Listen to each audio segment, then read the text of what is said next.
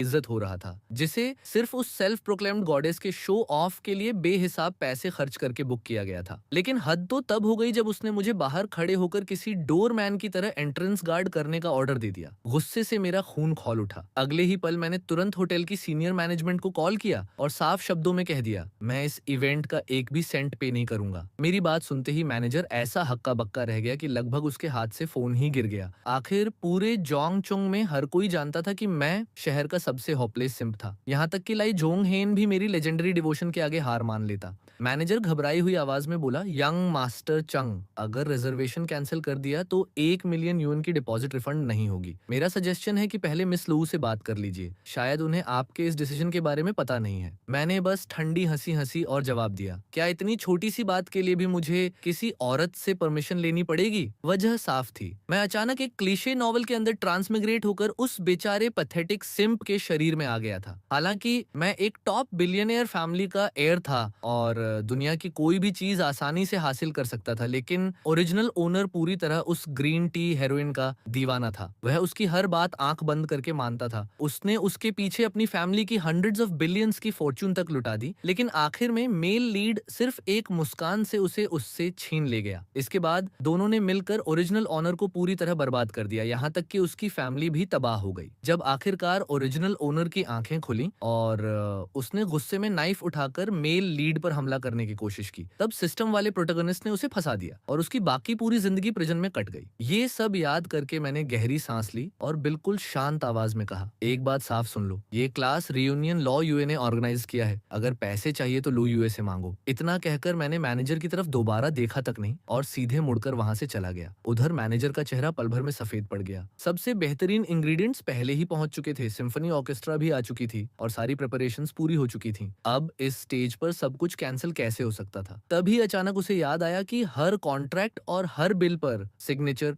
लउआ के नाम से थे। सिर्फ अमीर बनने का ड्रामा करने के लिए लउआ ने खुद हर डॉक्यूमेंट पर अपने हाथों से साइन किए थे। मैं तो बस उस वक्त का इंतजार कर रहा था जब उसे ये खबर मिलेगी और उसके चेहरे का रंग उड़ जाएगा। क्योंकि मुझे पूरी कहानी पहले से पता थी, इसलिए मैं अच्छी तरह समझता था कि लिu युआ ने मुझे रियूनियन में आने से क्यों रोका था। कुछ ही दिन पहले उसकी मुलाकात प्रोटोगोनिस्ट हाउसिन से हुई थी, जो अभी अभी जेंग चेंग अपना करियर बनाने आया था। लिu युआ पहली ही नजर में उस पर फिदा हो गई थी और दोनों ने पूरी रात कॉफी शॉप में बैठकर बातें की थी। असल में ये रियूनियन सिर्फ इसलिए अरेंज किया गया था ताकि उसे हे ओशन के साथ और समय बिताने का मौका मिल सके। हे ओशन के पास एक गॉड लेवल इन्वेस्टमेंट सिस्टम था जिसकी मदद से वह पलक झपकते बेहिसाब दौलत कमा सकता था और साथ ही कई सुपरनैचुरल एबिलिटीज भी हासिल करता था। लेकिन मुझे उसकी जरा भी चिंता नहीं थी, क्योंकि मेरे पास भी एक सिस्टम था और मेरा सिस्टम बाकी सभी सिस्टम्स से कहीं ऊपर था। उसके मुकाबले हायोशियन का इन्वेस्टमेंट सिस्टम तो बस एक छोटा सा लिटिल ब्रदर था। मुझे पूरा यकीन था कि देर सबेर मैं उस प्रोटोगोनिस्ट को पूरी तरह कुचल दूंगा, लेकिन उससे पहले मुझे उस परेशान करने वाली ग्रीन टी लू यू ए से निपटना था। कुछ देर बाद मैं लंचान विला डिस्ट्रिक्ट वापस पहुंच गया। जैसे ही मैं कार से बाहर निकला, शेन वॉर्निंग हैरानी भरे चेहरे के साथ मेरी तरफ आई और बोली, यंग मास्टर, आप तो मिस लू के साथ क्लास रियूनियन में जाने वाले थे, इतनी जल्दी वापस कैसे आ गए? उसे देखते ही मेरी आंखें चमक उठी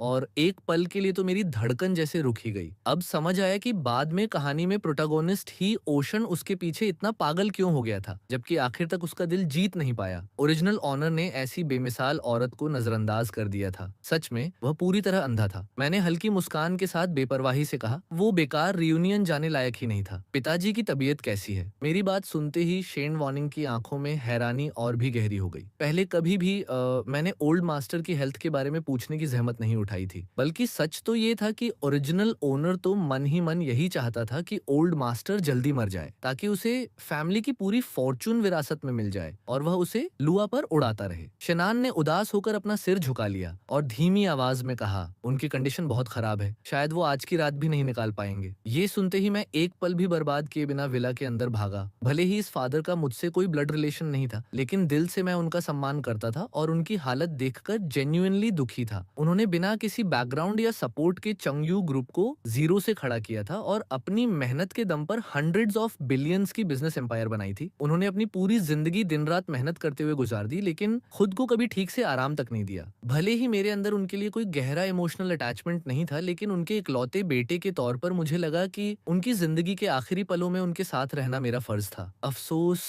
मिडनाइट आने से पहले ही ओल्ड मास्टर चंग ने आखिरी सांस ले ली। देश के सबसे बेहतरीन डॉक्टर्स और सबसे एडवांस्ड मेडिकल इक्विपमेंट को विला में इकट्ठा करने के बावजूद कोई भी उन्हें बचा नहीं सका। मैं उनके बेड के पास बैठा था और उनका ठंडा पड़ चुका हाथ कसकर पकड़े हुए था। मेरे दिल में एक भारी सी उदासी भर गई। कांपती हुई आवाज में मैंने धीरे से वादा किया, फादर, आप बेफिक्र होकर जा सकते हैं। मैं चंगू ग्रुप को और भी ऊंचाइयों तक ले जाऊंगा और इसे दुनिया की ग्रेटेस्ट कंपनीज में से एक बनाऊंगा। आपने अपनी पूरी जिंदगी में जो एम्पायर खड़ी की है उसे मैं कभी खत्म नहीं होने दूंगा। पास खड़ी शनान ने चुपके से अपनी आंखों के आंसू पोंछे, साथ ही उसके दिल के किसी कोने में राहत भी थी। उसने धीरे से कहा, यंग मास्टर, जब मेरे रिलेटिव्स की इलनेस की वजह से मेरा फैमिली एक बड़े क्राइसिस में फंस गया था, तब ओल्ड मास्टर ही थे जिन्होंने हमारी मदद की थी। मैं उनकी उस काइंडनेस को कभी नहीं भूलूंगी। आज से मैं अपनी पूरी जिंदगी आपकी मदद करने में लगा दूंगी। ये ओल्ड मास्टर की फाइनल विल है। लॉयर थोड़ी देर में आएगा और इसे ऑफिशियली विटनेस करेगा। सनराइज होने से पहले फैमिली की सारी एसेट्स आपके नाम ट्रांसफर कर दी जाएंगी। अब से आप ऑफिशियली चेयरमैन बन जाएंगे। मैंने चेहरे पर न खुशी दिखाई न दुख और बस शांत स्वर में कहा,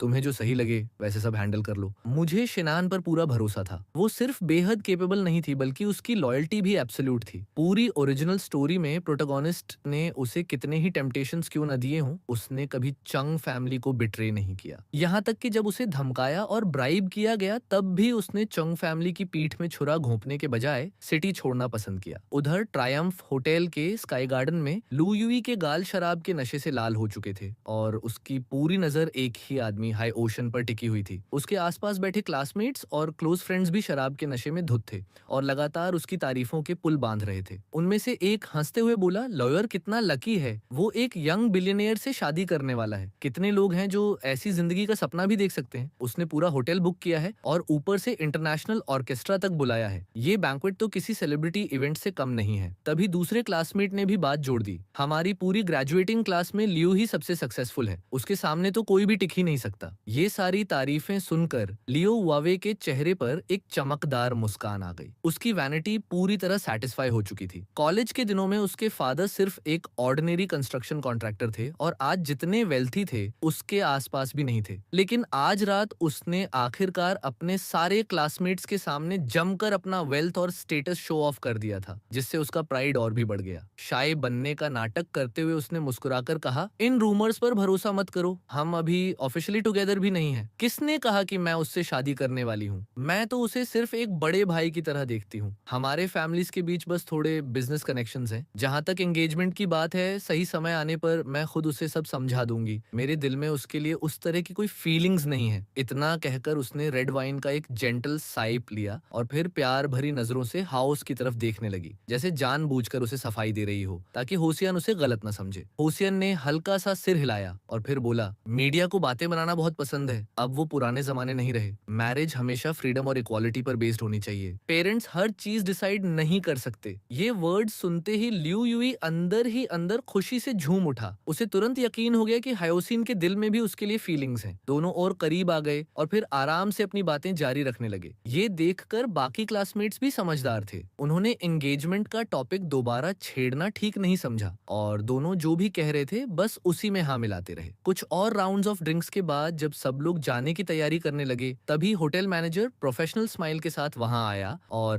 पोलाइटली बोला, मिस लियू, अब रिमेनिंग बैलेंस सेटल करने का समय हो गया है। उसकी बात सुनते ही लाइवली स्काई गार्डन में अचानक सन्नाटा छा गया। 30 से ज्यादा क्लासमेट्स ने कंफ्यूज नजरों से लियो युओ की तरफ देखा। किसी को समझ नहीं आ रहा था कि आखिर ये हो क्या रहा है। क्या रिच यंग मास्टर ने पहले ही पेमेंट नहीं कर दी थी? लियो उवे का शराब से लाल चेहरा पल भर में गुस्से से काला पड़ गया। वह भड़कते हुए चिल्लाया, तुम्हें पता भी है मैं कौन हूँ? मुझसे पैसे मांगने की हिम्मत कैसे हुई? अपनी आंखें खोलो और अपने अकाउंट्स चेक करो। उसे पूरा यकीन था कि चुंग बयान ने पेमेंट पहले ही ट्रांसफर कर दी होगी, लेकिन अपनी रेपुटेशन सबके सामने बर्बाद होती देखकर उसकी शर्मिंदगी तुरंत गुस्से में बदल गई। मैनेजर ने ऑकवर्ड स्माइल के साथ समझाते हुए कहा, मिस लॉ, आपके होटल में एंटर करने के बाद यंग मास्टर चेंग ने पर्सनली मुझे इन्फॉर्म किया था कि आज के बिल का पेमेंट करने का उनका कोई इंटेंशन नहीं है और चूंकि सारे डॉक्यूमेंट्स आपके नाम से साइंड है, इसलिए रिमेनिंग पेमेंट नेचुरली आपकी रिस्पॉन्सिबिलिटी होगी। तुमने अभी क्या कहा? लुआ का चेहरा एकदम बदल गया। उसे लगा जैसे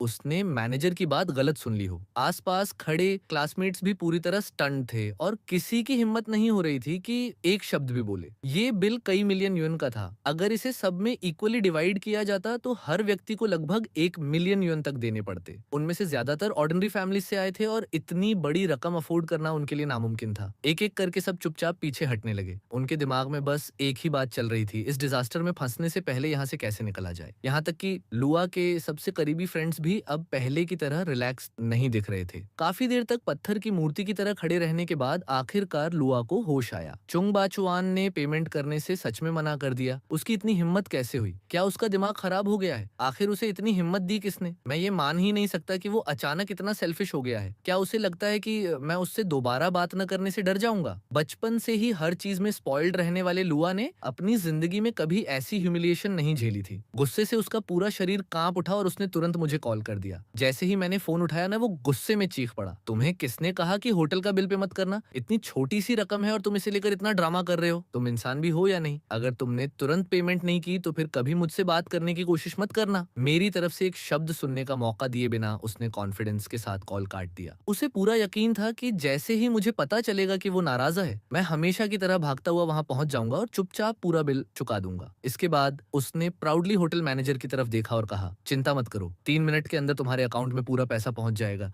क्या तुम्हें सच में लगता है कि मैं लुआ इतनी सी रकम अफोर्ड नहीं कर सकता? उसने गर्व से अपना सिर ऊंचा कर लिया, क्योंकि अब तक जब भी उसने ये ट्रिक इस्तेमाल की थी, मैं लगभग तुरंत उसके सामने झुक जाता था। उसके दिमाग में तो पहले से पूरा सीन चल रहा था। उसे पूरा भरोसा था कि सब कुछ खत्म होने के बाद मैं फिर एक लॉयल डॉग की तरह उसके पास वापस आऊंगा, रोते हुए उससे फॉरगिवनेस मांगूंगा और उसके पैरों में पड़ा रहूंगा। वह तो अपनी आंखों के सामने वो पूरा सीन इमेजिन भी कर चुका था। लुआ के पास खड़े हायोशिन को उसे देखकर थोड़ी सिंपैथी महसूस हुई। उसकी नजर में मेरे जैसा डिसनेस्ड इंसान मिलना लू युआ की जिंदगी का सबसे बड़ा दुर्भाग्य था। लेकिन हाउसिन ने जैसे ही पहली बार लू युआ को देखा था, उसी पल तय कर लिया था कि वह उसे अपना बनाएगा। आखिर उसके पास इन्वेस्टमेंट सिस्टम था, तो फिर उसके लिए माइटी चोंग फैमिली की हैसियत ही क्या थी? उसकी ये बातें सीधे लुआ के दिल पर लगीं। उसी मौके का फायदा उठाते हुए लुआ ने हायोसिन को अगले कुछ दिनों में साथ घूमने के लिए इनवाइट कर लिया। दोनों ने कॉन्टेक्ट इन्फॉर्मेशन एक्सचेंज की और जांगचुन को साथ में एक्सप्लोर करने का प्लान बना लिया। उधर होटल मैनेजर का चेहरा अब पूरी तरह काला पड़ चुका था, क्योंकि रिमेनिंग पेमेंट अब तक अकाउंट में नहीं आई थी।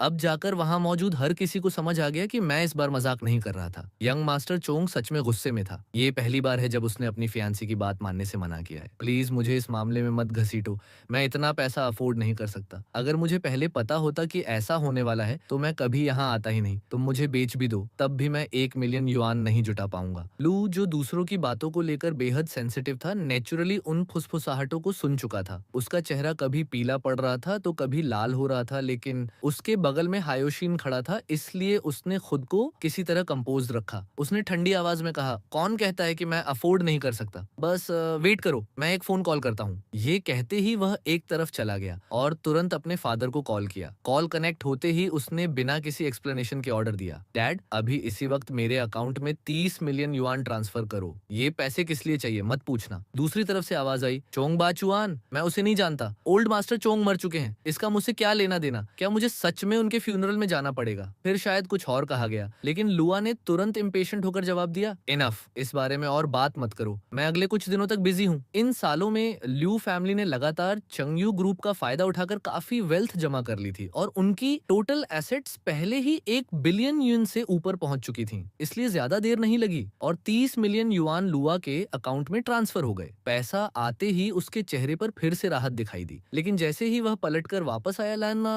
उसकी आंखें अचानक फैल गईं। लगभग सारे क्लासमेट्स, यहाँ तक कि उसके सबसे करीबी फ्रेंड्स भी चुपचाप वहां से निकल चुके थे। ये देखकर लुआ ने तुरंत हर चीज का ब्लेम मुझ पर डाल दिया। उसने मन ही मन कसम खाई कि जब तक मैं उसे वापस खुश करने के लिए कोई बहुत बड़ी कीमत नहीं चुकाऊंगा, तब तक वह मुझसे दोबारा कभी बात नहीं करेगा। उधर लंचान विला डिस्ट्रिक्ट के रिसेप्शन हॉल में पॉलिटिक्स और बिजनेस की दुनिया से आए कई इन्फ्लुएंशियल फिगर्स मुझे अजीब नजरों से देख रहे थे। मेरे हाथ में अभी भी वही फोन था जिसकी कॉल कुछ ही पल पहले खत्म हुई थी और मेरी आंखों के अंदर दबा हुआ गुस्सा साफ जल रहा था। लियो यूई की एरोगेंट आवाज पूरे हॉल में गूंज चुकी थी। वहां मौजूद हर प्रोमिनेंट गेस्ट ने साफ साफ सुन लिया था कि कैसे वह मुझे सबके सामने ऑर्डर दे रहा था, जैसे मेरी कोई डिग्निटी ही ना हो। एक व्यक्ति ने धीमे से कहा, ये फियांसे तो हद से ज्यादा अनरीजनेबल है। दूसरे ने सिर हिलाते हुए कहा, ओल्ड मास्टर चून को अभी अभी गुजरे हुए इतना कम समय हुआ है और उसने उनकी हेल्थ तक नहीं पूछी। सबसे पहले उसने पैसे मांगे, उसे इस आदमी को एक शब्द बोलने का मौका तक नहीं दिया। तभी किसी और ने बड़बड़ाते हुए कहा, अगर मेरी डॉटर इन लॉ ऐसी होती तो मैं खुद उसे 2-4 बातें समझाकर सीधा कर देता। एक और व्यक्ति ने हैरानी से पूछा, आखिर चुंग बयान को ऐसी औरत से प्यार कैसे हो गया? क्या वो सच में इसके लायक थी? लेकिन तभी एक एल्डरली बिजनेसमैन हल्की मुस्कान के साथ बोला, मुझे लगता है ये शायद अच्छी बात है। कभी कभी इंसान तभी बदलता है जब वो पूरी तरह रॉक बॉटम पर पहुंच जाता है। अगर ये यंग मैन सच में बदल गया तो चंग यू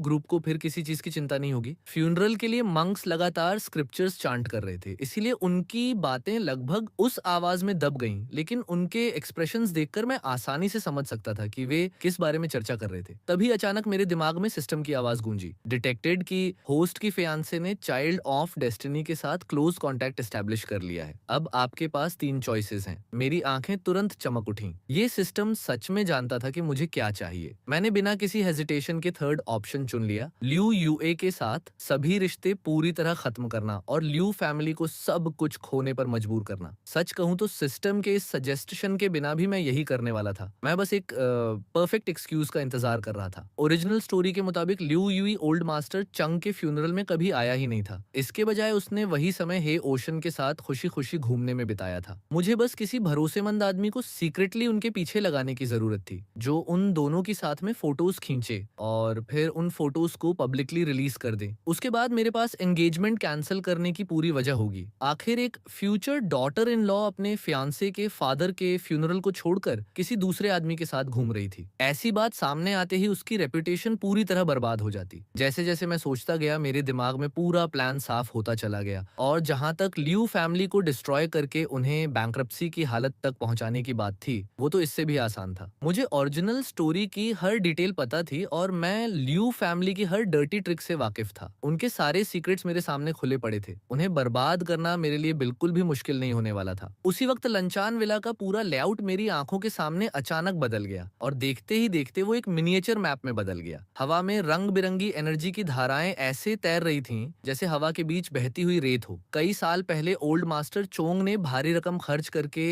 एक फेंग शुई मास्टर को बुलाया था, जिसने इस विला का पूरा लेआउट डिजाइन किया था। आम लोगों की नजर में वो अरेंजमेंट काफी इंप्रेसिव था, लेकिन मेरी आंखों में उसकी कोई खास वैल्यू नहीं थी। मेरी God level feng shui technique की वजह से मेरे पास ऐसे अनगिनत तरीके थे जिनसे मैं पूरी एस्टेट को दुनिया की सबसे पावरफुल फेंग शुई फॉर्मेशन में बदल सकता था। फेंग शुई मास्टरी के मामले में पूरी दुनिया में कोई भी मेरा मुकाबला नहीं कर सकता था, यहाँ तक कि अपने सिस्टम वाले चाइल्ड ऑफ डेस्टिनी का भी नहीं। मैंने चुपचाप शेन वॉर्निंग को अपने पास बुलाया और उसके कान में कुछ इंस्ट्रक्शंस फुसफुसा दिए। पहले उसके चेहरे पर कंफ्यूजन आया, फिर क्यूरियोसिटी और आखिर में उसके चेहरे पर एक ब्राइट स्माइल खेल गई। वो बार बार सिर हिलाकर मेरी बात से एग्री करती रही। कुछ ही देर बाद लियू यूई के पेरेंट्स फ्यूनरल होम पहुंच गए। जैसे ही शेन वॉर्निंग की नजर उन दोनों पर पड़ी, उसका चेहरा तुरंत ठंडा पड़ गया। दोनों अपने चेहरे पर आई मुस्कान छिपाने की पूरी कोशिश कर रहे थे। उन्हें देखकर कोई भी अनजान इंसान यही समझता कि वे फ्यूनरल में नहीं बल्कि किसी वेडिंग में आए हैं। मेमोरियल हॉल में एंटर करने से पहले ही उन्हें काउंटलेस बिजनेसमैन ने घेर लिया था, जो उनके सामने खुशामद करने के लिए बेचैन थे।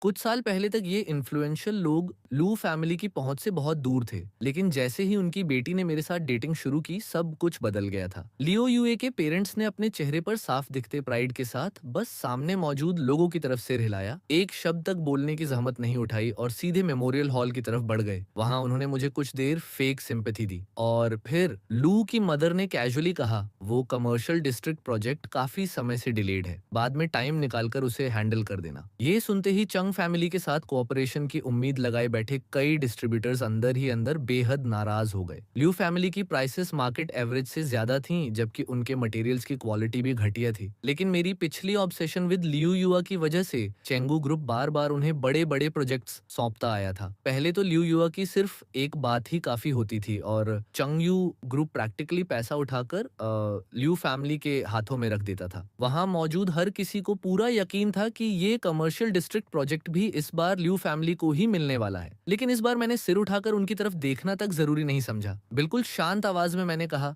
आज मेरे फादर का फ्यूनरल है, मैं आज बिजनेस डिस्कस नहीं करना चाहता, किसी और दिन बात करेंगे। मेरी बात सुनते ही लू की मदर का चेहरा गुस्से से तमतमा उठा। वो भड़क कर बोली, मेरी डॉटर तुमसे शादी करने के लिए तैयार है, यही तुम्हारे लिए सबसे बड़ी ब्लेसिंग है, ज्यादा एटीट्यूड मत दिखाओ। तभी शन वनिंग आगे बढ़ी और ठंडी आवाज में बोली, मिस लियू ने आज यहाँ आने की भी जहमत नहीं उठाई, फिर भी यंग मास्टर बिचुअन ने एक बार भी शिकायत नहीं की, आपको यहाँ ड्रामा करने का क्या अधिकार है? ये सुनते ही लियू की मदर ने गुस्से में उसकी तरफ उंगली उठाई और चिल्लाई, यूए के तुम्हारे फैमिली में शादी करके आने के बाद इस औरत को तुरंत फायर कर देना। मैं इसे दोबारा अपनी बेटी के सामने नहीं देखना चाहती। उसका एटीट्यूड इतना एग्रेसिव था कि उसे मेरी जरा भी रिस्पेक्ट नहीं थी। मेमोरियल हॉल के सामने हो रही इस आर्ग्यूमेंट ने तुरंत फ्यूनरल में मौजूद सभी गेस्ट्स का ध्यान अपनी तरफ खींच लिया। यहाँ तक कि जोंगचोंग की बाकी 3 ग्रेट फैमिलीज के हेड्स भी इस सीन को देखने लगे, जिनका इन्फ्लुएंस चोंग फैमिली के बराबर माना जाता था। Old master Kang, old master Dong और ओल्ड मास्टर चेन ने ये पूरा सीन देखा तो लियू फैमिली की तरफ देखकर मॉकिंग स्माइल किया और फिर मेरी तरफ पीटी भरी नजरों से देखने लगे। ओल्ड मास्टर कांग ने गहरी सांस लेते हुए कहा, एक इंसान अपनी पूरी जिंदगी एम्पायर खड़ी करने में लगा देता है, लेकिन एक नालायक डेस्केंट उसे पल भर में बर्बाद कर सकता है। मुझे सच में ओल्ड मास्टर चोंग के लिए अफसोस है। ओल्ड मास्टर चेन ने बेबसी से सिर हिलाते हुए कहा, मैं उनके गुजरने के बाद से उनका क्लोज फ्रेंड रहा हूँ। पहले मेरा इरादा था कि उनके बेटे की मदद करूं, लेकिन अब लगता है कि इसे बचाना ही नामुमकिन है। ऐसे इन लॉज के साथ तो 10 चोंग फैमिलीज भी टिक नहीं पाएंगी। सिर्फ ये इन्फ्लुएंशियल गेस्ट्स ही मुझे नीची नजर से नहीं देख रहे थे। चंग यू ग्रुप के कई वेटरन एग्जीक्यूटिव्स ने भी अपने नए चेयरमैन से पूरी तरह उम्मीद खो दी थी। उन सबका मानना था कि लियू फैमिली में इतनी एरोगेंस सिर्फ इसलिए आई थी क्योंकि मैंने उन्हें जरूरत से ज्यादा सिर पर चढ़ा रखा था। उन्हें क्या पता था कि मैं अब पहले वाला इंसान नहीं रहा था। शुरुआत में मेरा इरादा अपने फादर के फ्यूनरल में कोई ट्रबल क्रिएट करने का बिल्कुल नहीं था, लेकिन जैसे ही लू की मदर ने शनवानिंग को टारगेट किया, मेरे अंदर का गुस्सा अब और कंट्रोल नहीं हो सका। मैं अचानक अपनी जगह से खड़ा हो गया और सीधे उसकी आंखों में देखने लगा। मेरी नजर इतनी शार्प थी जैसे अनगिनत सोर्ड्स एक साथ उसके दिल को भेद रही हूँ। मैंने ठंडी आवाज में पूछा, तुम चाहती हो कि मैं इसे आज ही हैंडल करूं, है ना? ठीक है, मैं तुम्हें बिल्कुल वही दूंगा जो तुमने मांगा है। फिर मैंने वहां खड़े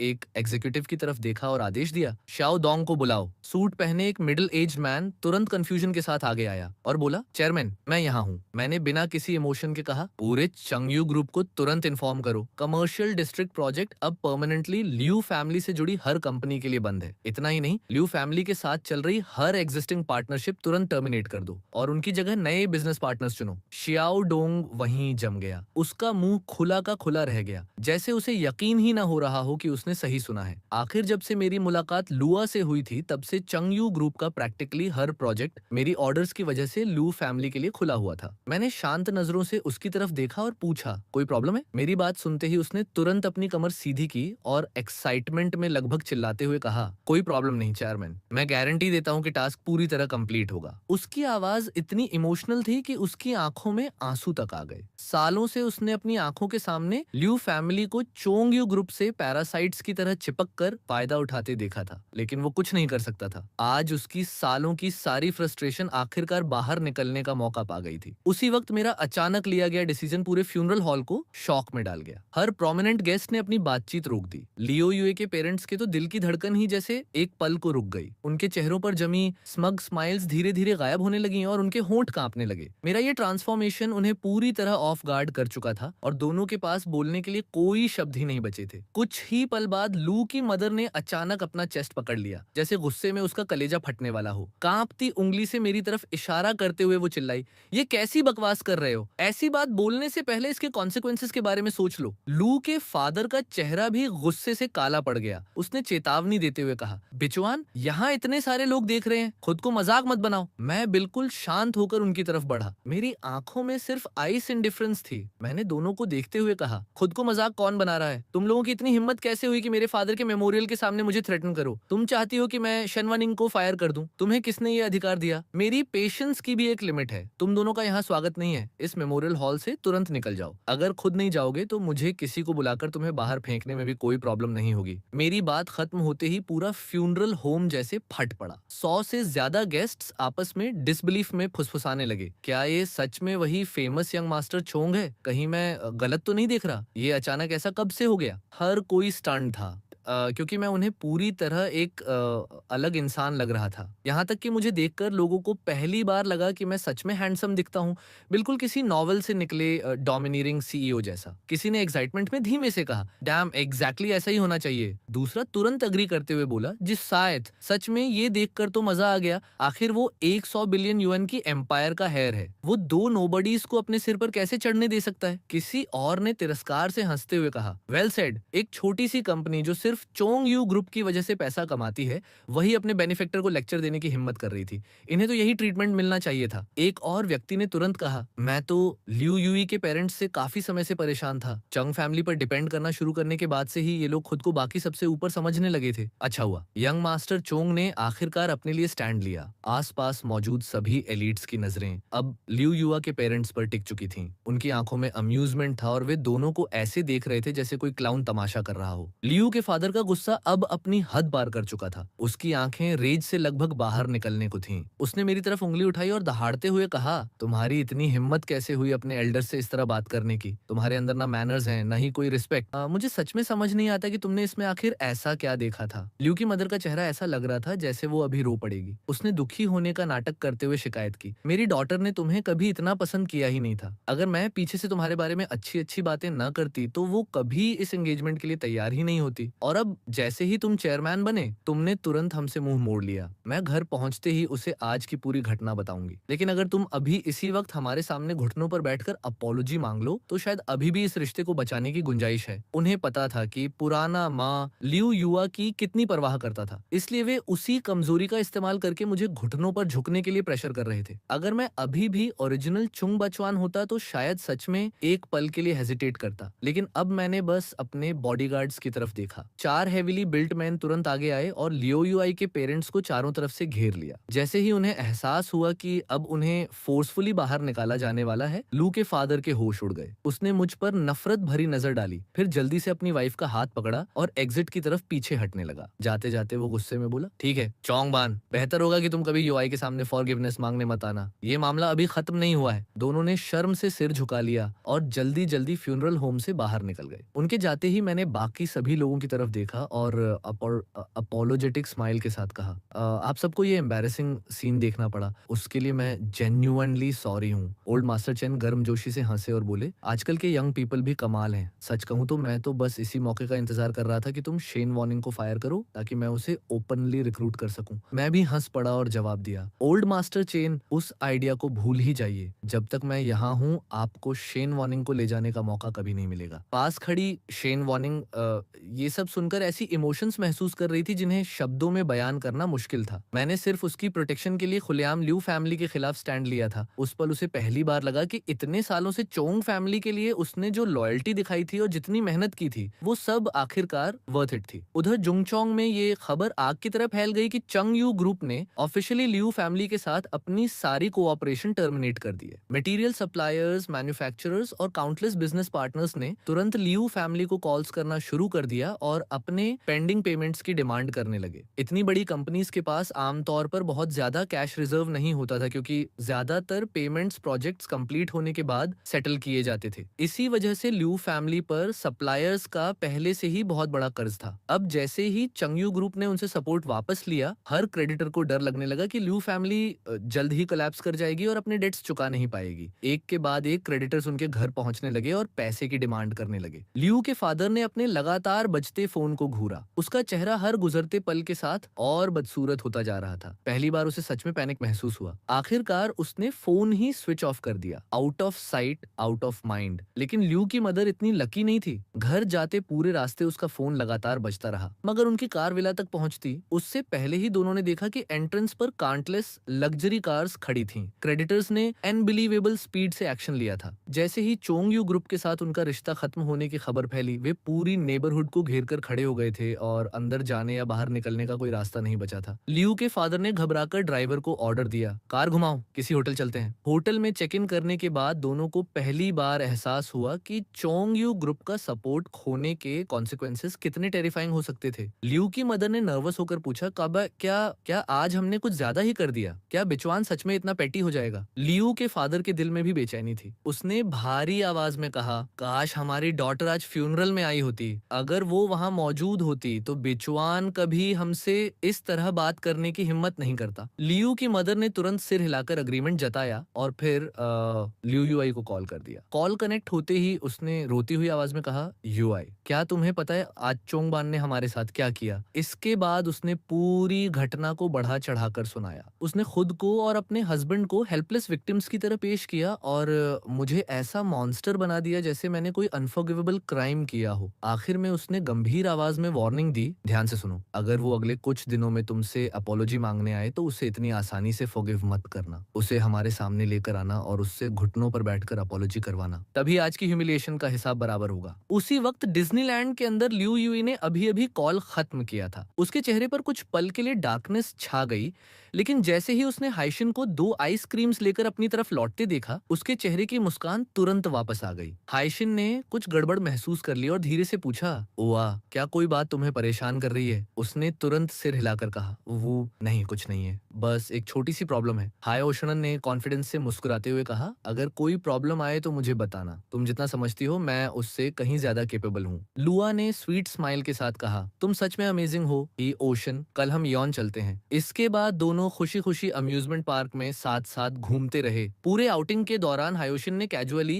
ये भी हिंट दिया कि पावरफुल चेन फैमिली और जेंग चोंग तक उस पर फेवर्स का कर्ज रखते हैं, इसलिए लियो यूआई को किसी भी चीज की चिंता करने की जरूरत नहीं थी। लेकिन उन दोनों को जरा भी अंदाजा नहीं था कि हिडन कैमरास पहले ही चारों तरफ लगा दिए गए थे और उनकी हर इंटीमेट मोमेंट को चुपचाप रिकॉर्ड कर रहे थे। अगले दिन ओल्ड मास्टर चोंग के कोफिन को जेंग चोंग के आउटस्कर्ट्स में मौजूद यूसन सीनिक एरिया ले जाया गया। यूसन एक बेहद फेमस माउंटेन था जिसका इतिहास भी काफी पुराना था और जो भी जेंग चेन आता था आखिरकार इस जगह पर जरूर आता था। इतनी प्रेस्टिजियस जगह पर ब्यूरियल प्लॉट ऑन करने के लिए सिर्फ वेल्थ ही काफी नहीं थी, बल्कि ट्रेमेंडस इन्फ्लुएंस और पावरफुल कनेक्शंस भी चाहिए थे। सौभाग्य से ओल्ड मास्टर चंग ने कई साल पहले ही यहाँ एक प्लॉट खरीद लिया था। माउंटेन की पीक पर खड़े होते ही मेरी आंखों में हल्की चमक उभरी। पूरे यूसान में फैली हर फेंग शुई वेन मेरे सामने अनगिनत ग्लोविंग थ्रेड्स की तरह खुल गई, जो पूरे लैंडस्केप में दूर दूर तक फैली हुई थी। मैंने हर डिटेल को ध्यान से एग्जामिन किया और जल्द ही समझ गया कि जो बेरियल साइट चुनी गई थी वो बस एवरेज थी। ये बेस्ट लोकेशन के आसपास भी नहीं थी। किसी फैमिली का एंसेस्ट्रल टूम्ब उसकी आने वाली जनरेशंस की प्रॉस्पेरिटी और फॉर्चून पर सीधा असर डालता था। ऐसी चीज को कैजुअली हैंडल करना बिल्कुल सही नहीं था। मैंने हल्का सा भौहें सिकोड़ते हुए शेन वॉर्निंग की तरफ देखा और पूछा, ये ब्यूरियल साइट किसने सेलेक्ट की? उसने ऑनेस्टली जवाब दिया, डोंग फैमिली ने इसे अरेंज करने में मदद की थी। उन्होंने हाउसिन नाम के एक फेंग शुई एक्सपर्ट को बुलाया था जिसने ये लोकेशन चूज की। फिर उसने चिंता से पूछा, देन यंग मास्टर, क्या कोई प्रॉब्लम है? जैसे ही मैंने वो नाम सुना मेरी आंखों के अंदर एक कोल्ड लाइट चमक उठी। मुझे उम्मीद नहीं थी कि प्रोटैगनिस्ट इतनी जल्दी चेन फैमिली के साथ कनेक्शंस बना लेगा। जोंगकिंग में अपनी जगह बनाने के लिए हौसिन ने इस फेंग शुई साइट को सिलेक्ट करते वक्त साफ तौर पर अपनी एबिलिटीज का काफी इस्तेमाल किया था। अफसोस, मेरी नजर में उसकी फेंग शुई की अंडरस्टैंडिंग अभी भी सिर्फ मीडियोर लेवल की थी। मैंने बिल्कुल शांत स्वर में कहा, ये ब्यूरियल साइट बस एवरेज है, इस पर इतना पैसा खर्च करना पूरी तरह वेस्ट है। आधे अधूरे नॉलेज वाले किसी इंसान को दूसरों को मिसलीड नहीं करना चाहिए। ओल्ड मास्टर चेन को इन्फॉर्म करो कि उन्होंने गलत इंसान पर भरोसा किया है। आगे से उन्हें हे ओशन से डिस्टेंस बनाकर रखना चाहिए और सबको अभी काम रोकने के लिए कहो। मुझे एक बेहतर ब्यूरियल साइट चुनने के लिए थोड़ा टाइम चाहिए। चिंता मत करो, इससे फ्यूनरल डिले नहीं होगा। मेरी आंखों के सामने यूसान की गहराइयों में अचानक एक खास लोकेशन उभर कर सामने आई। वहां काउंटलेस मिस्टीरियस एनर्जी स्ट्रीम्स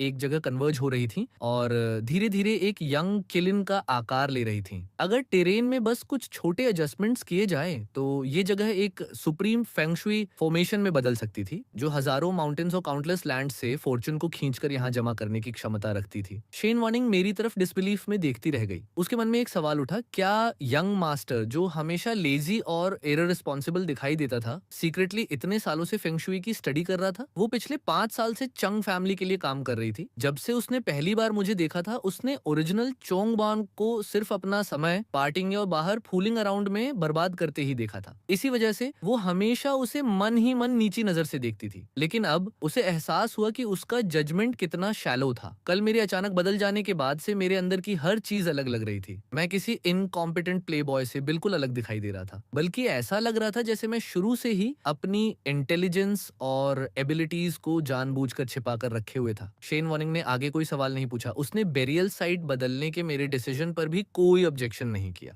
उसकी नज़र में ये चंग फैमिली का प्राइवेट मैटर था और इस मामले में डिसीजन लेने का पूरा अधिकार मेरा था। चाहे मैं ओल्ड मास्टर चोंग को कहीं बिल्कुल अलग जगह दफनाने का फैसला ही क्यों ना करता, फैमिली की स्टीवर्ड होने के नाते शेन वॉर्निंग का उस डिसीजन में इंटरफियर करना कोई अधिकार नहीं था। मैं उस जगह पहुंचा जहां यंग खिलिन की एनर्जी इकट्ठा हो रही थी और सबसे पहले आसपास मौजूद सभी ऑब्स्टिकल्स हटाने का ऑर्डर दिया। इसके बाद मैंने शिनान को लैंड ओनर से कांटेक्ट करने के लिए कहा और उसी वक्त वो प्लॉट खरीद लिया। सारी प्रिपरेशंस पूरी होने के बाद मैंने खुद फेंगशुई फॉर्मेशन को एडजस्ट करना शुरू कर दिया। आधे दिन से भी कम समय में मुझे अपने ब्लड लाइन की गहराइयों से हेवन एंड अर्थ एनर्जी की धाराएं बहती हुई साफ महसूस होने लगीं। जैसे जैसे समय गुजरता गया और फॉर्मेशन धीरे धीरे स्टेबलाइज होती गई, वो मिस्टीरियस एनर्जीज हर पल और भी पावरफुल और प्रोफाउंड होती चली गईं। उधर लियू युई के पेरेंट्स ने अपनी जिंदगी का चयन पूरी तरह खो दिया था। लगातार कई रातों से उन्हें स्लीपिंग पिल्स के बिना नींद तक नहीं आ रही थी। डेट कलेक्टर्स उनके हाइडिंग प्लेसेस तक खोज चुके थे, जिसकी वजह से उन्हें बार बार होटल्स बदलने पड़ रहे थे। लियू की मदर को ऐसा लग रहा था जैसे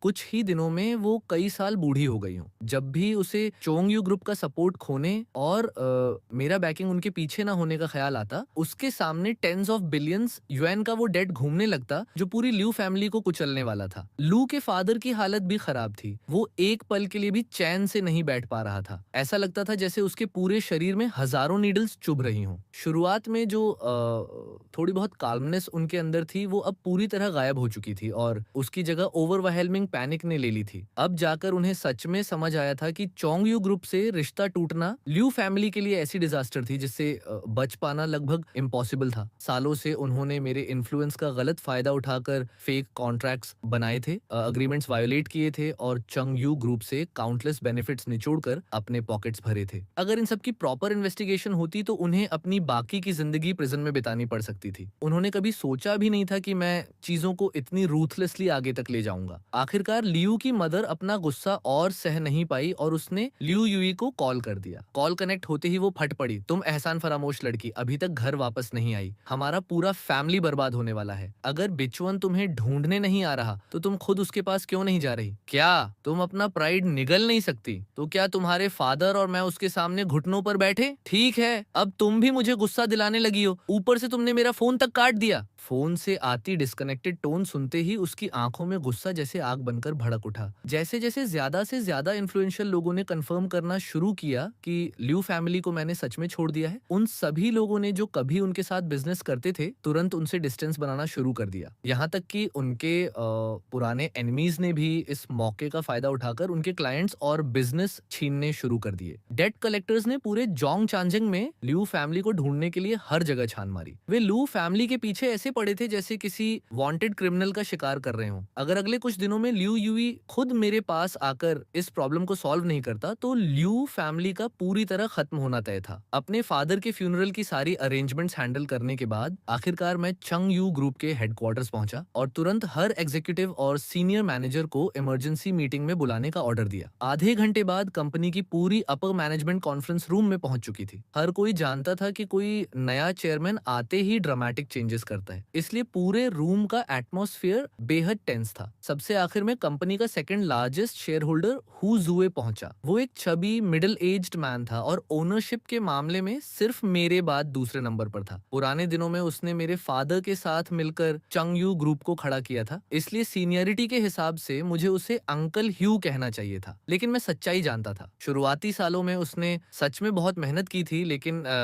जैसे जैसे चंग यू ग्रुप जोंग की डोमिनेंट कंपनी बनती गई, ग्रीड ने धीरे धीरे उसे पूरी तरह अपने कब्जे में ले लिया। वो अपनी अथॉरिटी का गलत इस्तेमाल करके कंपनी के फंड्स को सीक्रेटली अपने पॉकेट्स में ट्रांसफर करता रहता था। हु जोए आराम से अपनी सीट पर बैठा, फिर इत्मीनान से अपनी आंखें बंद कर ली और बोला, बाय चुआन, ये सब क्या चल रहा है? इतनी बड़ी फस क्रिएट करने की कोई जरूरत नहीं है। मैंने बस उसकी तरफ एक नजर डाली, लेकिन कोई जवाब नहीं दिया। जब सब लोग अपनी अपनी सीट्स पर आ चुके तो मैं खड़ा हुआ और बोला, अब जबकि सब लोग यहाँ मौजूद हैं, मैं चेयरमैन के तौर पर चंग यू ग्रुप के नए डिसीजंस अनाउंस करना शुरू करता बताता हूँ। बिना किसी फॉर्मेलिटीज में एक भी सेकंड वेस्ट किए मैं सीधे मुद्दे पर आ गया। फर्स्ट डिसीजन, लॉजिस्टिक्स डिपार्टमेंट के चेन लवान अब नए एग्जीक्यूटिव प्रेसिडेंट होंगे। लॉजिस्टिक्स डिपार्टमेंट के कई कांगजोंग प्रोजेक्ट डिपार्टमेंट के जनरल मैनेजर बनेंगे। मार्केटिंग डिपार्टमेंट की सुलीवा फाइनेंस डिपार्टमेंट की जनरल मैनेजर होंगी। मेरे डिसाइसिव वर्ड्स कॉन्फ्रेंस रूम में थंडर की तरह गूंज उठे और देखते ही देखते पूरे टॉप फ्लोर में केओस मच गया। एक दर्जन से ज्यादा एग्जीक्यूटिव्स एक्साइटमेंट में अपनी सीट से उछलकर खड़े हो गए। जिन लोगों को मैंने प्रमोट किया था वे सभी वेटरन एम्प्लॉयज थे जिन्होंने कई सालों तक मेरे फादर के साथ पूरी लॉयल्टी से काम किया था। उनकी लॉयल्टी पर कभी सवाल नहीं उठा था और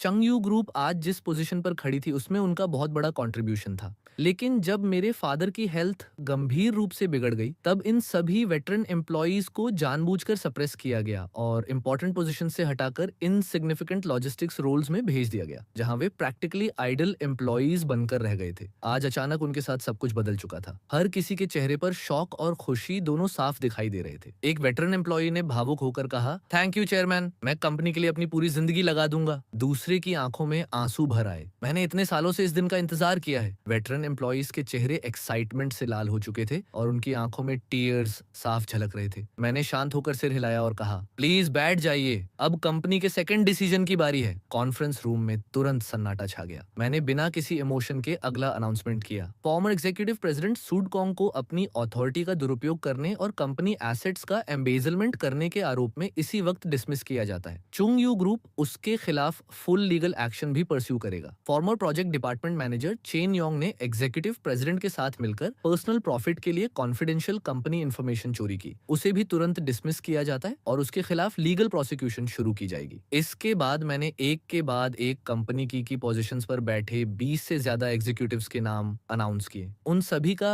ल्यू फैमिली से क्लोज कनेक्शन था। मेरे पुराने ब्लाइंड ट्रस्ट का फायदा उठाकर वे चंगयू ग्रुप में घुसे थे, कंफर्टेबल पोजीशंस हासिल की थी और सीक्रेटली ल्यू फैमिली को कंपनी के पैसे और रिसोर्सेज की कीमत पर अमीर बनाने में मदद कर रहे थे। इतने सालों में ल्यू फैमिली ने प्रैक्टिकली चोंगयू ग्रुप को अंदर से खोखला कर दिया था। जैसे ही किसी का नाम अनाउंस होता उसका दिल ऐसे बैठ जाता जैसे वो किसी माउंटेन क्लिफ से नीचे गिर गया हो। आंखों के सामने अंधेरा छाने लगता और ऐसा महसूस होता जैसे उनकी पूरी दुनिया अचानक खत्म हो गई हो। लेकिन मैं पूरी तरह कंपोज रहा और आगे कहा, इसके अलावा जो भी एम्प्लॉय इन लोगों की मदद करते हुए या इनके साथ कनेक्टेड पाया जाएगा उसकी भी पूरी इन्वेस्टिगेशन होगी। ऐसे सभी लोगों को कंपनी से रिमूव किया जाएगा और लीगल एक्शन के लिए कोर्ट्स को हैंड ओवर किया जाएगा। सुदकोंग, जो संयोग से लियो युआ का कजन भी था, तुरंत गुस्से में अपनी सीट से खड़ा हो गया। उसने चिल्लाकर कहा, चेयरमैन, मैं इसे एक्सेप्ट करने से साफ मना करता हूँ। आप सिर्फ अपनी बातों के आधार पर मुझ पर करप्शन का आरोप लगा रहे हैं। इन एक्यूजेशंस को तुरंत वापस लीजिए वरना मैं आप पर डेफेमेशन का केस कर दूंगा। फॉर्मर प्रोजेक्ट डिपार्टमेंट मैनेजर भी गुस्से में चिल्लाया, एग्जैक्टली, हमने इस कंपनी के लिए दिन रात मेहनत की है। भले ही हमें क्रेडिट न मिला हो लेकिन हमने अपना पूरा एफर्ट दिया है। आप अभी अभी चेयरमैन बने हैं और आते ही हम पर कंपनी को नुकसान पहुंचाने का आरोप लगा रहे हैं। आखिर ये कौन सा जस्टिस है? अगले ही पल दर्जनों लोग अपनी सीट से उठकर प्रोटेस्ट करने लगे। उन्हें पूरा यकीन था कि उनके क्राइम्स इतनी केयरफुली हिडन थे कि कोई उन्हें कभी अनकवर नहीं कर सकता। इसी कॉन्फिडेंस में वे खुलेआम मुझे चैलेंज करने लगे।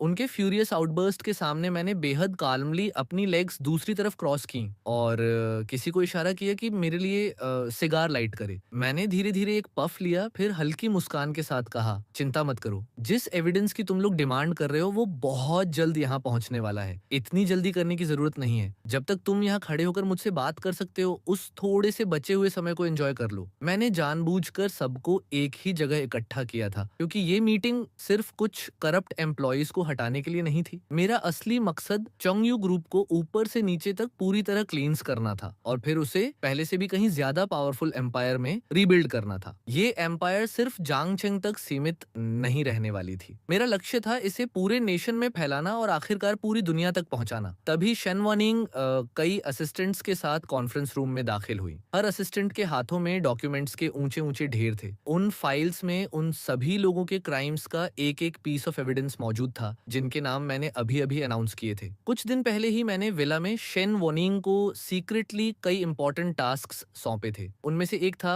चंग यू ग्रुप के अंदर मौजूद हर करप्ट एम्प्लॉय की इन्वेस्टिगेशन करना। उसकी इन्वेस्टिगेशन इतनी थरो थी कि मैं भी इम्प्रेस्ड हुए बिना नहीं रह सका। सिर्फ कुछ दिनों के अंदर उसने हर हिडन स्कीम को अनकवर कर लिया था और उन सभी के खिलाफ इरफ्यूटेबल एविडेंस भी इकट्ठा कर लिया था। शेन वनिंग का चेहरा हमेशा की तरह एक्सप्रेशनलेस था, बिल्कुल उस आइसबर्ग की तरह जिस पर कभी मुस्कान दिखाई ही नहीं देती थी। लेकिन उसके दिल के अंदर बिल्कुल अलग तूफान चल रहा था। वो खुद को रोक नहीं पा रही थी कि अब मेरे अंदर एक ट्रू एम्परर जैसी ऑरा महसूस होती थी। मेरे आसपास एक ऐसी इरेजिस्टिबल प्रेजेंस थी जिसे इग्नोर करना मुश्किल था। इतना जरूर था कि उससे उसे मुझसे प्यार नहीं हुआ था, लेकिन मेरा बदलाव उसे जेन्युइनली शॉक कर रहा था। कंपनी के अंदर छिपे हर सीक्रेट के बारे में मुझे ऐसे पता था जैसे मैंने खुद अपनी आंखों से हर क्राइम होते देखा हो। शेन वॉर्निंग ने बिना किसी इमोशन के एक एक फाइल टेबल पर रखी और बिल्कुल स्ट्रिक्ट तथा इम्पार्टियल जज की तरह हर क्राइम को कोल्ड वॉइस में पढ़ना शुरू किया। जैसे जैसे हर एक्यूजेशन सामने आता गया, किसी न किसी एग्जीक्यूटिव का चेहरा मौत की तरह पीला पड़ता गया। कुछ तो अपने पैरों पर खड़े भी नहीं रह पाए और सीधे फ्लोर पर गिर पड़े। स्टॉप प्लीज, रीडिंग बंद कर दीजिए। उनमें से एक ने डर के मारे गिड़गिड़ाते हुए कहा, मैं कंपनी छोड़ दूंगा, मैं रिजाइन कर दूंगा। चेयरमैन चंग, हमारी पुरानी रिलेशनशिप को देखते हुए प्लीज मुझ पर केस मत कीजिए। दूसरे ने डेस्परेट होकर रोते हुए कहा, आपने ये सब भी खोज निकाला, मैं मान गया, हम हार गए, हम आपके फियांसे के रिलेटिव्स हैं, प्लीज हम पर थोड़ी मर्सी दिखाइए, मैं बदल जाऊंगा, बस मुझे एक और चांस दे दीजिए। शेन वानिंग की आइसी वॉइस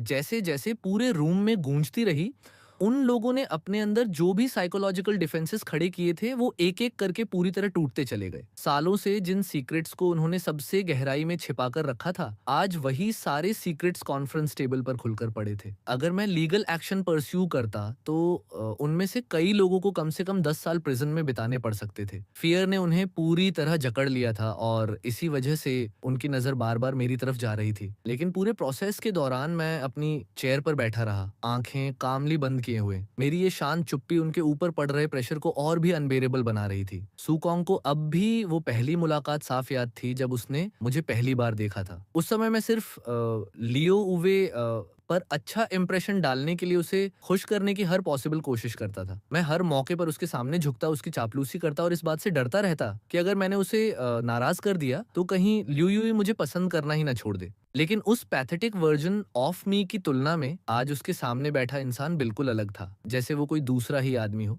यहाँ तक कि कंपनी के सेकंड लार्जेस्ट शेयर होल्डर हुए भी मेरे मेथड्स देखकर पूरी तरह स्पीलेस था। वो चुपचाप अपनी चेयर पर ऑकवर्ड एक्सप्रेशन के साथ बैठा रहा। कुछ ही मोमेंट्स पहले उसने उन लोगों को प्रोटेक्ट करने का प्लान बनाया था, लेकिन माउंटेन्स ऑफ अनडिनाइबल एविडेंस के सामने उसका सारा कॉन्फिडेंस चूर चूर हो गया। कांपते हुए ग्रुप की तरफ कोल्ड नजर डालकर उसने डिस्डेनफुल स्नॉट किया और बुदबुदाया, ये लोग खत्म हो चुके हैं। इसके बाद वो लोग पूरी ह्यूमिलिएशन के साथ कॉन्फ्रेंस रूम से बाहर निकल गए। लियू फैमिली के वो रिलेटिव्स जिन्हें चोंग यू ग्रुप के अलग अलग डिपार्टमेंट्स में स्ट्रेटेजिकली प्लेस किया गया था, अब पूरी तरह टूटने की कगार पर थे। उनमें से किसी में भी स्ट्रॉन्ग मेंटल फोर्टिट्यूड या कोई रियल एबिलिटी नहीं थी। वे सिर्फ बैकडोर कनेक्शंस के दम पर कंपनी में घुसे थे और सीक्रेटली अपने पॉकेट्स भरते रहे थे। ऐसे लोग इस तरह के प्रेशर को कैसे विथस्टैंड कर सकते थे? एक एक करके सबने रेजिस्टेंस छोड़ दिया। अब उनके दिमाग में सिर्फ एक ही बात थी, इस क्राइसिस को सबसे जल्दी कैसे सॉल्व किया जाए। आपस में डिस्कशन करने के बाद आखिरकार सभी एक ही कंक्लूजन पर पहुंचे, उन्हें बचाने वाला सिर्फ एक इंसान था, लियू युई। हर कोई जानता था कि कभी मैं लियू युई को लेकर कितना ऑब्सेस्ड था, इसलिए उन्हें पूरा विश्वास था कि लियू युई अब भी उनका सबसे बड़ा बार्गेनिंग चिप था। मैं धीरे धीरे अपनी चेयर से उठा, अपनी व्हाइट ड्रेस शर्ट को हल्का सा ठीक किया और शांत आवाज में अनाउंस किया, इन सभी डॉक्यूमेंट्स को आज आफ्टरनून पब्लिक सिक्योरिटी ब्यूरो को हैंड ओवर कर दिया जाएगा। बेहतर होगा तुम लोग अभी से खुद को तैयार कर लो। ये सुनते ही लियू फैमिली के रिलेटिव्स ने वहां एक और सेकंड रुकने की हिम्मत नहीं की और घबराकर कॉन्फ्रेंस रूम से बाहर निकल गए। वे सभी घबराकर कॉन्फ्रेंस रूम से बाहर निकल गए। उनके जाते ही मैंने बचे हुए एग्जीक्यूटिव्स की तरफ देखा और एक वार्म स्माइल के साथ कहा, आज से मिस शेन वनिंग ऑफिशियली चेयरमैन की एग्जीक्यूटिव सेक्रेटरी होंगी। फिर उसकी तरफ मुड़कर मुस्कुराते हुए बोला, ओ तुमने बहुत मेहनत की है। शेन वनिंग अपनी एक्साइटमेंट छिपा नहीं सकी। उसने रिस्पेक्टफुली जवाब दिया, ये तो मेरी ड्यूटी है यंग मास्टर। फिर उसने मेरी तरफ जेन्युइन एडमिरेशन से देखते हुए कहा, आपने सच में मेरी आंखें खोल दी। मैंने कभी इमेजिन भी नहीं किया था कि आप खुद को इतना बदल सकते हैं। मैं हल्का सा हंसा और बोला, ये तो सिर्फ शुरुआत है, आगे अभी बहुत सारे सरप्राइजेस तुम्हारा इंतजार कर रहे हैं।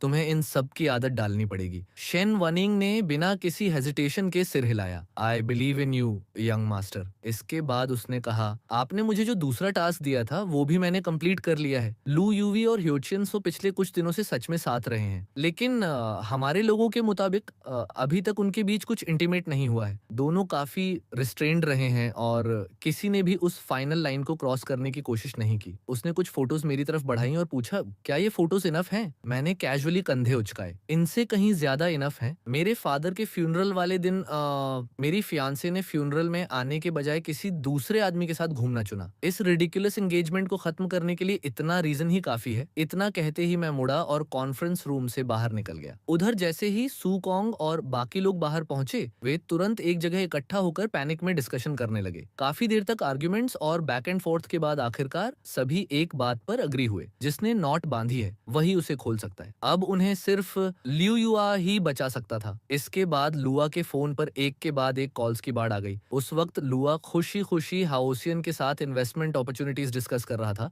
और उसका मूड बेहद अच्छा था, लेकिन लगातार आती कॉल्स ने उसका सारा मूड खराब कर दिया। कई कॉल्स उठाने के बाद उसका चेहरा हर पल और अगली होता चला गया। आखिरकार उसकी पेशेंस खत्म हो गई और उसने अपना फोन ही कंप्लीटली स्विच ऑफ कर दिया। लेकिन रियलिटी से भागना इतना आसान नहीं था। उसने हाउसिन की तरफ अपोलोजेटिक नजर से देखा और धीरे से कहा, सॉरी हाउसिन, मुझे वापस जाकर कुछ हैंडल करना पड़ेगा। क्या हम इन्वेस्टमेंट की बात कल कंटिन्यू कर सकते हैं? हायोचिन ने अंडरस्टैंडिंग स्माइल के साथ कहा, नो रश, मेरा ऑफर कल भी अवेलेबल रहेगा, मैं तुम्हें वापस ड्राइव कर देता हूँ। उसकी जेंटल वॉइस सुनते ही लियू यूई का मूड फिर से अच्छा हो गया। उसने स्वीट स्माइल के साथ जवाब दिया, फिर मुझे तुम्हें तकलीफ देनी पड़ेगी। कुछ देर बाद दोनों उस रिजॉर्ट होटल पहुंचे जहां लू यूई के पेरेंट्स टेम्पोरेरली छिपे हुए थे। जैसे ही लू की मदर ने हाओशन को देखा, उसका चेहरा तुरंत कोल्ड हो गया। उसने सख्त आवाज में कहा, बच्चे, मुझे नहीं पता तुम कौन हो, लेकिन आज के बाद मेरी डॉटर से दूर रहना। वो फ्यूचर में चंग यू ग्रुप की मिस्ट्रेस बनने वाली है और यंग मास्टर चुन की फियांसे है। तुम्हारे जैसे इंसान के लायक वो बिल्कुल नहीं है। अगर समझदार हो तो अभी यहाँ से चले जाओ। हाउशीन कैजुअली अपनी कार के डोर से टिककर खड़ा रहा और डिसमिसिव लाफ करते हुए बोला, मेरा नाम ह्योचिन है। हो सकता है आपने मेरा नाम पहले कभी ना सुना हो, लेकिन ज्यादा वक्त नहीं लगेगा जब मेरा नाम जेंग चेंग के बिजनेस और पॉलिटिकल सर्कल्स में हर तरफ गूंजने लगेगा। मेरे सामने एक मामूली चोंग फैमिली की कोई हैसियत नहीं है। ल्यू की मदर को उसकी बातें इतनी रिडिकुलस लगी कि वो हंस पड़ी। तुम जैसे ब्रैट को लगता है कि तुम चोंग फैमिली को चैलेंज कर सकते हो? बकवास बंद करो और यहाँ से निकलो। तुम सिर्फ रास्ते में रुकावट बन रहे हो। हाउसिन के चेहरे पर एक कॉन्फिडेंट स्मर्क उभर आया। उसने कैजुअली कार डोर को पकड़ते हुए कहा, जिस औरत पर मेरी नजर पड़ चुकी है वो मेरी है। लू यूए को मुझसे कोई छीन नहीं सकता। तुम मुझे एरोगेंट कह सकती हो, मुझे कोई फर्क नहीं पड़ता। बहुत जल्द तुम्हें समझ आएगा कि असली राइजिंग स्टार कैसा होता है और फियर्स ड्रैगन के रिवर पार करने का मतलब क्या होता है। इतना कहकर वह कार में बैठा और इंजन स्टार्ट किया। तभी अचानक उसका फोन बज उठा। उसने कॉल उठाते हुए कहा, हेलो ओल्ड मास्टर चैन। कुछ पल तक दूसरी तरफ की बात सुनने के बाद उसके चेहरे का रंग बदल गया। किसी ने कहा था कि उसके फैमिली के लिए मैंने जो फंगशुई फॉर्मेशन अरेंज की थी वो सिर्फ मीडियोकर थी। हाउसिन की आंखों में एक कोल्ड लाइट चमकी। उसने तुरंत कहा, उस बकवास पर भरोसा मत कीजिए। मैंने जो फॉर्मेशन डिजाइन की है वो एब्सोल्युटली बेस्ट पॉसिबल फॉर्मेशन है। हाँ ठीक है, मैं जरूर आऊंगा। कॉल काटते ही उसके चेहरे पर धीरे धीरे एक सिनिस्टर स्माइल फैल गई। उसने मन ही मन कहा, वेरी वेल चुंग बनू, मैं अभी तक तुम्हारे पास खुद चलकर आया भी नहीं था, लेकिन तुमने पहले ही मुझे प्रोवोक कर दिया। चंग फैमिली मेरे लिए सिर्फ एक स्टेपिंग स्टोन है। एक दिन तुम खुद मेरे सामने घुटनों पर बैठोगे। उधर होटल में लियू के फादर ने ल्यूई को बेहद कोल्ड नजरों से घूरा। उनका गुस्सा अब अपनी लिमिट पार कर चुका था। उन्होंने दहाड़ते हुए कहा, तुम जाना चाहती हो या नहीं, तुम्हें जाना ही पड़ेगा। क्या तुम सच में तब तक इंतजार करोगी जब तक तुम्हारी मदर और मैं मर न जाए और उसके बाद तुम्हें हमारी परवाह हो? आखिरी शब्दों तक पहुंचते पहुंचते वो लगभग चिल्ला रहे थे। उनके पास खड़ी ल्यू की मदर पहले ही फूट फूट कर रो रही थी और उसके आंसू रुकने का नाम नहीं ले रहे थे। लू वहीं खड़ा था जैसे किसी ने उसके सिर पर बिजली गिरा दी हो। उसने कभी इमेजिन नहीं किया था कि लू फैमिली इतनी डेस्परेट सिचुएशन में पहुंच जाएगी। मेरे गुस्सा होने के बाद सिर्फ कुछ ही दिन बीते थे, लेकिन इतनी जल्दी सब कुछ कोलैप्स हो गया था। लुआ ने खाली निगाहों से सामने देखते हुए बुदबुदाया, ये सब ऐसा कैसे हो गया? लियू के फादर ने दांत पीसते हुए गुस्से से जवाब दिया, क्योंकि तुम बार बार बुआन से शादी करने से मना करती रही। अगर तुमने पहले ही हाँ कर दी होती तो इनमें से कुछ भी नहीं होता। अब तक तुम चेयरमैन की वाइफ बन चुकी होती। तुम्हारे गले में लटक रहा मिलियंस का नेकलेस तक उसी ने तुम्हें गिफ्ट किया था। आखिर तुम ऐसे आदमी को रिजेक्ट क्यों कर रही थी? लियू यूई धीरे धीरे सोफा पर ढह गया, जैसे उसकी आत्मा ही शरीर छोड़ चुकी हो। उसने डिसबिलीफ में बुदबुदाया, इम्पॉसिबल। सिंपल, चुंगबान तो बस एक इडियट था, अचानक वो इतना स्मार्ट कैसे हो गया? अब तो उसे फाइट बैक करना भी आ गया था। काफी देर तक साइलेंस छाया रहा, फिर उसकी आंखों में धीरे धीरे हेट्रेड भरने लगी और अचानक उसने चिल्लाकर कहा, फाइन, मैं उससे शादी करूंगा, लेकिन अगर मैंने उससे शादी कर भी ली तब भी उसे कभी पीसफुल लाइफ नहीं जीने दूंगा। मैं उसकी पूरी जिंदगी को हेल बना दूंगा।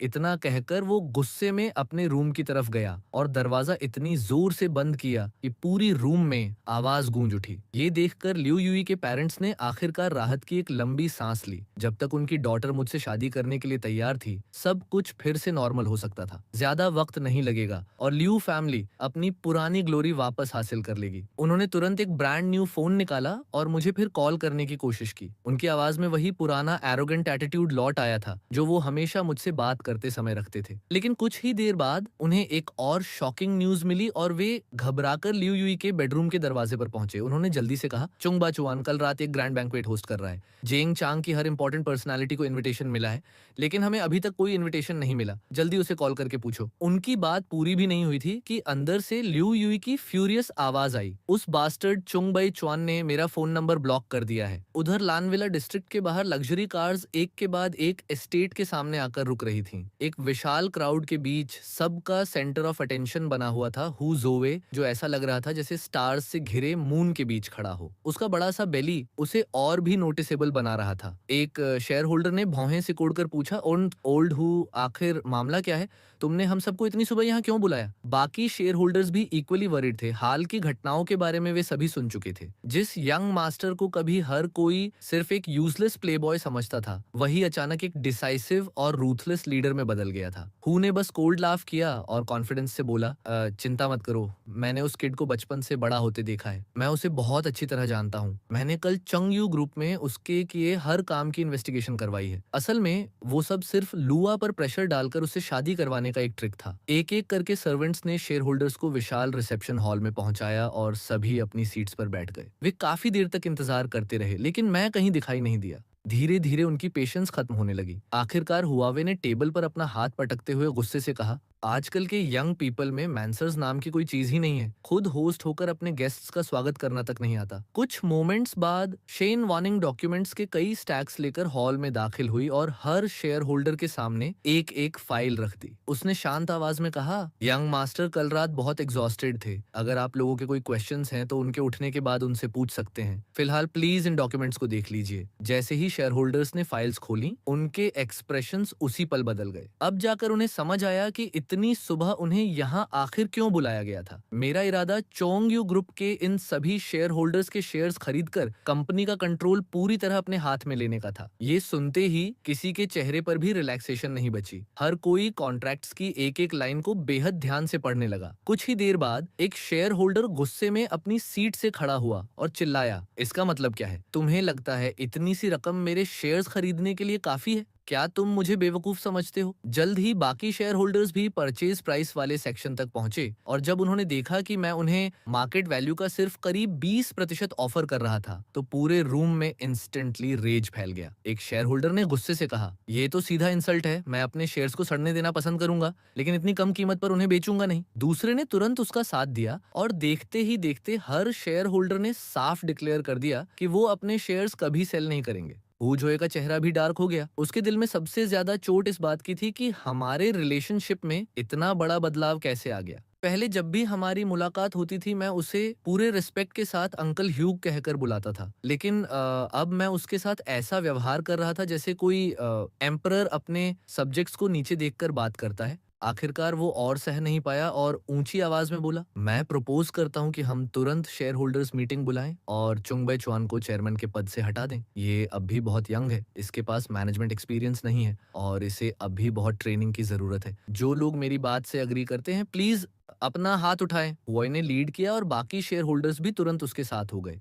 एक के बाद एक हाथ उठने लगे और सभी ने मुझे चेयरमैन के पद से हटाने के पक्ष में वोट कर दिया। इस पूरे सीन के दौरान शेन वॉर्निंग बिल्कुल काम रही, जैसे उसे पहले से ही इस आउटकम का अंदाजा था। उसने हल्की मुस्कान के साथ सबको याद दिलाया, आप लोग ये मत भूलिए कि यंग मास्टर के पास चंगयू ग्रुप के 55% शेयर्स हैं। हु जुए ने कोल्डली जवाब दिया, लेकिन स्पेशल रेजोल्यूशंस में उसके पास सिर्फ 1 वोट वीटो पावर है। इस तरह के वोट में उसके शेयर सिर्फ 10 वोट्स के बराबर काउंट होंगे। हमारे पास 12 वोट्स हैं, जीत हमारी होगी। शेयर होल्डर्स आपस में जोर जोर से आर्ग्यू कर ही रहे थे कि आखिरकार मैं वहां पहुंच गया। मैंने सिर्फ एक बाथरोब पहन रखा था और स्लीपी आईज के साथ धीरे धीरे स्टेयर्स से नीचे उतर रहा था। किसी पर भी ध्यान दिए बिना मैं कैजुअली सोफा पर जाकर बैठ गया, एक ग्लास ऑफ मिल्क उठाया और बिल्कुल शांत होकर उसका एसआई पी लिया। हर शेयर होल्डर मुझे कंफ्यूजन से देखने लगा। किसी को समझ नहीं आ रहा था कि मैं आखिर प्लान क्या कर रहा हूँ। सिर्फ हुजुए ने इम्पेशंस में पूछा, नेफ्यू, तुमने अभी हमने जो कुछ डिसाइड किया सब सुन लिया है ना? आज से तुम्हें कंपनी वापस आने की कोई जरूरत नहीं है। मैंने लेजली स्ट्रेच किया, अपनी लेग्स क्रॉस की और मुस्कुराते हुए कहा, तुम लोग इतनी जल्दी में क्यों हो? फिर मैंने शेन वॉर्निंग की तरफ फिंगर्स स्नैप की। उसने तुरंत मुझे एक और फोल्डर पकड़ा दिया। मैंने धीरे धीरे हुजोए की तरफ देखा और अपनी फिंगर से उसे पास आने का इशारा किया। वो कंफ्यूज था लेकिन फिर भी इंस्टिंक्टिवली मेरे करीब झुक गया। मैंने उसके कान के पास जाकर सिर्फ कुछ शब्द बेहद धीमी आवाज में कहे। लियो किंग विलेज के पास हाईवे ब्रिज के नीचे वहां घास अब 3 मीटर से भी ज्यादा ऊंची हो चुकी है। ये वर्ड्स उसके कानों तक पहुंचते ही हुजुए का चेहरा मौत की तरह पीला पड़ गया। उसके शरीर का एक एक बाल खड़ा हो गया। कई साल पहले जब वो मेरे फादर से मिला भी नहीं था, हुजुए सिर्फ एक स्मॉल टाइम गैंगस्टर हुआ करता था। एक दिन उसके गैंग को एक यंग मैन को सबक सिखाने का ऑर्डर मिला, लेकिन सिचुएशन हाथ से निकल गई और उन्होंने गलती से उस आदमी को पीट पीट कर मार डाला। इस इंसिडेंट ने पूरे सिटी को हिला दिया था, क्योंकि मारा गया युवक एक नोटोरियस अंडरवर्ल्ड बॉस का बेटा था। डर के मारे हुजुए ने सीक्रेटली अपने एक कंस्ट्रक्शन वर्कर दोस्त से कांटेक्ट किया। दोनों ने मिलकर बॉडी को कंक्रीट में सील किया और एक न्यूली बिल्ट हाईवे ब्रिज की फाउंडेशन के नीचे दफना दिया। क्राइम को इतनी परफेक्टली हाइड किया गया था कि किसी को भनक तक नहीं लगी। यहाँ तक कि जिस अकॉम्प्लिस ने बॉडी बरी करने में मदद की थी, होई ने बाद में उसे भी खुद मरवा दिया ताकि कोई विटनेस बाकी न रहे। इसके बाद उसने अपनी आइडेंटिटी बदल ली, जैंग चला गया और वहाँ एक नई जिंदगी शुरू कर दी। उधर जिस अंडरवर्ल्ड बॉस ने अपना बेटा खोया था, वो समय के साथ सिटी की सबसे इन्फ्लुएंशियल पर्सनालिटीज में से एक बन गया। उसने लीजिटिमेट बिजनेस में एंट्री ली और धीरे धीरे अपना इन्फ्लुएंस इतना बढ़ाया कि आखिरकार लीगल वर्ल्ड और अंडरवर्ल्ड दोनों पर उसका कंट्रोल हो गया। हुजोए ने एक शब्द भी और नहीं कहा। उसने तुरंत कॉन्ट्रैक्ट उठाया, कांपते हाथों से उस पर साइन किया और रिसेप्शन हॉल से ऐसे लड़खड़ाते हुए बाहर निकल गया जैसे कोई पूरी तरह डिफीटेड आदमी हो। उसकी मिजरेबल हालत देखकर बाकी सभी शेयर होल्डर्स के चेहरे पर कंप्लीट डिसबिलीफ छा गया।